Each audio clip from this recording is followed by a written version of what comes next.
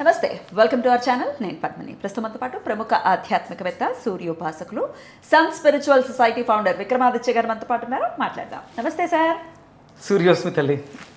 Sir, రకరకాల ఆచారాల పేరుతో రకరకాల దుశ్చర్యలకి పాలవ్వటం అనేది ఇదివరకు రోజుల్లో అయితే చాలా బీభత్సంగా ఉండేది. మానసికంగా ఇబ్బంది పెట్టడం ఒక ఎత్తు అయితే ఆడవాళ్ళని, బలుల పేరుతో హింసకి ఖచ్చితంగా హింస చేయటం అనేది కూడా రకరకాల ఆచారాల్లో చేస్తుంటారు. ఇప్పుడు ఇదంతా ఎందుకు చెప్తున్నానంటే, కామాఖ్య పవిత్రమైనటువంటి శక్తిపీఠం, అక్కడ భయంకరమైనటువంటి నరబలి జరిగింది. న్యూస్ మీరు విని ఉంటారు, దాని పూర్వ ఫలాలు మీకు తెలుసు. సో అసలు ఏంటి నరబలి చేయడం ఏంటి, దాని అంటే కారణం ఏమిటి, అసలు ఎట్లా చూడవచ్చు ఇంత ఘోరమైనటువంటి సంఘటన? అదేనమ్మా, అంటే అజ్ఞానం అంధకారంగా ఉన్నప్పుడు చీకట్లో, అంటే పూర్వం అంత ఎడ్యుకేషన్ లేని రోజుల్లో చేశారంటే ఒక అర్థం ఉంది.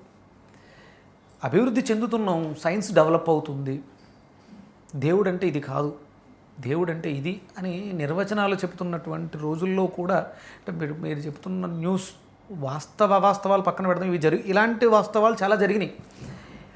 మనం ఇప్పుడు కామాఖ్య దాని గురించి మాట్లాడుకుంటే, అక్కడ అంటే ఆ ప్రేరణ జరగడానికి ఒక కారణం ఉంటుంది.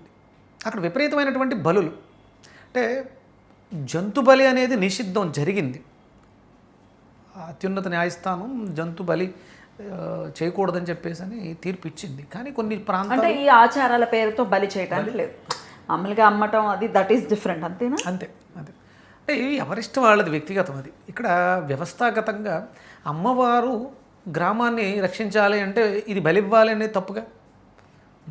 నా కోసం నేను ఏదైనా చేసుకోవచ్చు, అది వేరే విషయం, నా ఇష్టం, అది నేను పెంచుకున్న జంతువుని నేను పెంచుకున్నాను కాబట్టి నాకు ఆ రైట్ అధికారం ఉందేమో, అది కూడా తప్పే, కానీ ఉందేమో, నేను పెంచుకున్నాను కాబట్టి. అంటే భగవంతుడి పేరుతో అది చేయటం తప్పు. ఇప్పుడు మీరు చెప్పినటువంటి కామాఖ్య అమ్మవారు, అంటే యోని భాగం, అమ్మవారు యోని భాగం పడింది. అంటే అమ్మ అనగానే కారుణ్యమూర్తి కదా.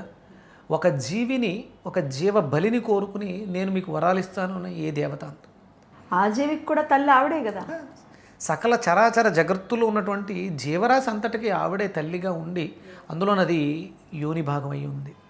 ఎవరైతే ప్రాణం జన్మ తీసుకోవడానికి కారణమవుతుందో అది గుడ్డు రూపంలో తీసుకున్న అక్కడి నుంచే రావాల్సిందేగా. అలాంటి తల్లి బలులు ఎలా కోరుకుంటుంది?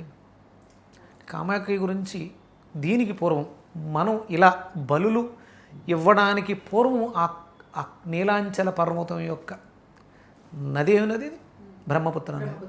ఒక అద్భుతమైనటువంటి నదీ పరివాహక ప్రాంతం. ఎంత సస్యశ్యామలంగా ఉండేది అంటే, రాజవర్ధనుడు అనే రాజు పరిపాలనలో సకల రత్నరాసులతో ఎంతో వైభోగంగా ఉండేటువంటి రాజ్యంగా విరాజిల్లింది. అది అంత అద్భుతమైనటువంటి ప్రాంతం. భ్రష్టు పట్టించారా అంటే కౌళాచారాన్ని తీసుకొచ్చేసి? కొంతమంది వాళ్ళ స్వలాభం కోసం మాత్రమే ఆవిడని అలా తయారు చేశారు, ఆ కొండను అలా తయారు చేశారు. అంత అద్భుతమైనటువంటి క్షేత్రం అది. నేను కూడా ఈ దశమహావిద్యలు ఇవి ఒక గురువు ద్వారా, మనం శ్యామలానంద గారి దగ్గర నేను మంత్రోపదేశం తీసుకోవడం జరిగింది. నేను అక్కడికి వెళ్ళాను, కామాఖ్య వెళ్ళాను. ఫస్ట్ వెళ్ళాను, చూశాను. ఇట్లా బఫెలో ఏమంటారు, గేదె, బర్రెని కూడా దున్నపోతుని, ఎగ్జాక్ట్లీ దున్నపోతుని బలిస్తారట కదా. పంచబలి అని, పంచమకారాలతో బలి. అక్కడ 5 రకాలటువంటి జీవరాశి, పంచమకారాలు. ఇప్పుడు ఇంతకీ అసలు నరబలి దాని ఆ స్టోరీ ఏంటి అసలు, ఎందువల్ల? అంటే ఇక్కడ 2 రకాల కథలు ఉన్నాయి. ఒకళ్ళు బలి కాబడిన వాళ్ళు, ఒకళ్ళు బలికి ప్రేరణ ఇచ్చిన వాళ్ళు. ఒక డిపార్ట్మెంట్కి సంబంధించినటువంటి ఒక వ్యక్తి బ్రదరు చనిపోయారు. అతని ఆత్మ అక్కడ తిరుగుతుంది, అంటే వాళ్ళ ఇంట్లోనే ఉంది. ఇంకా అది అంటే అన్ఎక్స్పెక్టెడ్గా చనిపోవడం వల్ల ముక్తిని పొందలేదు. అంటే ఇక్కడ ప్రతి సంవత్సరం అంబుబాచి మేళా అని చెప్పేసి అని నిర్వర్తిస్తున్నప్పుడు చుట్టుపక్కల నుంచి చాలామంది లక్షల్లో అక్కడికి జనం వస్తూ ఉంటారు. అలా వచ్చినప్పుడు కొంతమంది అక్కడ సాధువులు, మిగతా సాధకులు, వాళ్ళు జ్యోతిష్ శాస్త్రం తెలిసిన వాళ్ళు, అంటే జాతకాలు చెప్పడం ఇలాంటివి కూడా జరుగుతున్న సందర్భంలో ఇతను ఎవరైతే డిపార్ట్మెంట్కి సంబంధించి అతను ఉన్నాడో, అతను అక్కడికి వెళ్ళినప్పుడు నీ బ్రదరు అకాల మరణాన్ని పొంది ఉన్నాడు, ఇది మధ్యలోనే మిడిల్ డ్రాప్ చేయడం వల్ల ఆత్మ క్షోభిస్తుంది, దానికి ఒక ఇది ఇవ్వాలంటే ఒక బలి ఇవ్వాలి, ఈ బలి కాదు ఒక నరబలి ఇవ్వాలి అని అతను ఆ జ్యోతిష్కుడు చెప్పడం జరిగింది. దీనికి విశేషంగా ఖర్చు అవుతుంది. వాళ్ళ ప్లాన్ ఏంటంటే ఫైనల్లో డబ్బు కోసం చేసినటువంటిదే. అలాంటి సందర్భం ఇది జరిగింది. ఇది అంటే కేసు ఎలా జరిగిందంటే 2019లో ఆ దేవాలయం కామాఖ్య దేవాలయం ఆనుకుని ఒక దేవి ఆలయం దగ్గర ఒక పొద్దుటే అంటే ఈ అంబుబాచి మేళా జరిగిన 3 రోజుల తర్వాత ఒకరోజు 4వ రోజు 5వ రోజు ఆ కార్యక్రమం అయిపోయిన తర్వాత ఆ దేవాలయంలోకి వెళ్తూ ఒక మూట కనిపించింది అక్కడ. ఏంటా మూట అని చూస్తూ కంటే వాతావరణం అంతా కొంచెం డిఫరెంట్గా కనిపించింది. ఓపెన్ చేసిన అది రక్తం గడ్డగట్టినటువంటి ఒక మూట కనిపించింది. ఆ మూటను చూసిన వెంటనే పోలీసులకు ఫోన్ చేశారు. పోలీసులు వచ్చిన తర్వాత అది ఒక స్త్రీ శరీరం శవంగా చేసి పెట్టి మూట కట్టు ఉంది అమ్మవారి గుడిలో. తల లేదు. అంటే బలి జరిగింది ఆ 3వ రోజు తర్వాత. బలి అంటే తల తీసేసారు. తల శరీరం నుంచి తలని వేరు చేయడం అనేది బలి.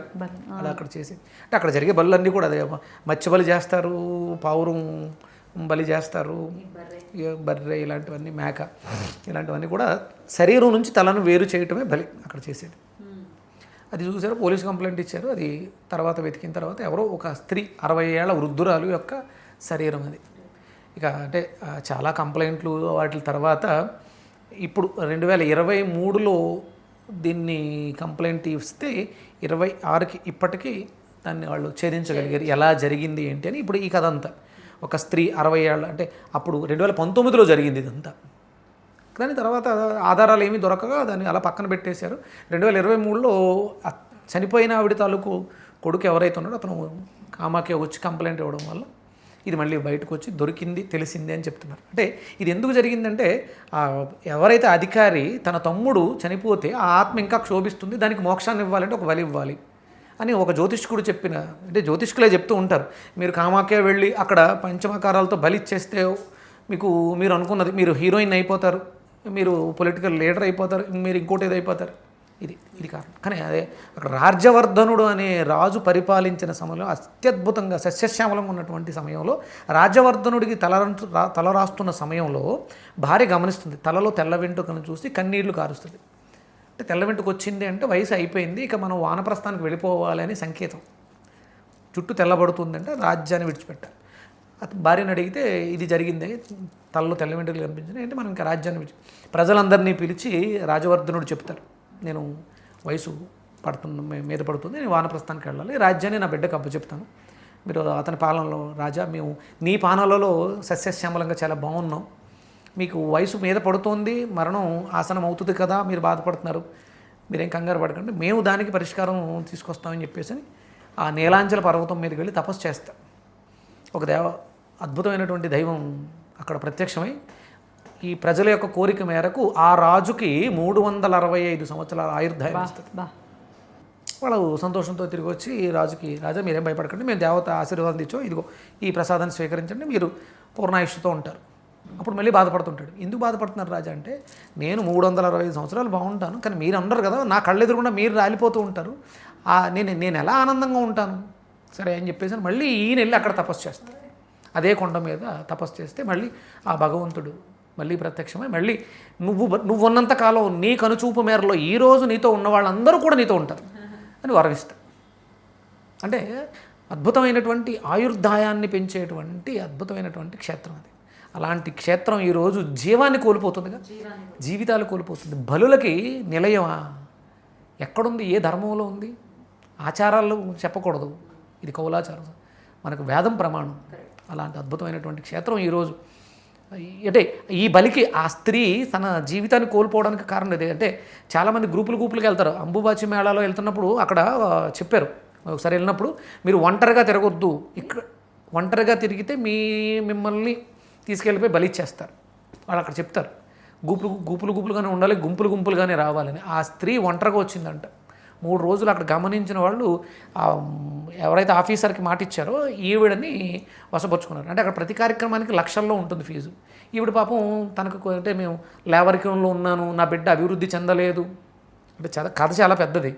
అని బాధతో ఉంటే ఈవిడని ఆ బలహీనతని పట్టుకుని నీకు ఉచితంగా పూజ చేస్తావు, నువ్వు ఇలా చెయ్యాలి అని చెప్పేసి అని ఎవరైతే ఆ ఆఫీసర్ ఉన్నాడో నువ్వే తన శరీరం నుంచి తలను వేరు చేయాలి, మేము చెయ్యం, అప్పుడు నీ తమ్ముడికి మోక్షం వస్తుంది అని చెప్పి అతనితో జయించాడు. సో ఇప్పుడు చేసినవాడు చేయించినవాడు మొత్తం 5 ఇందులో భాగస్వాములు ఉన్నారు. అది పెద్ద కథ.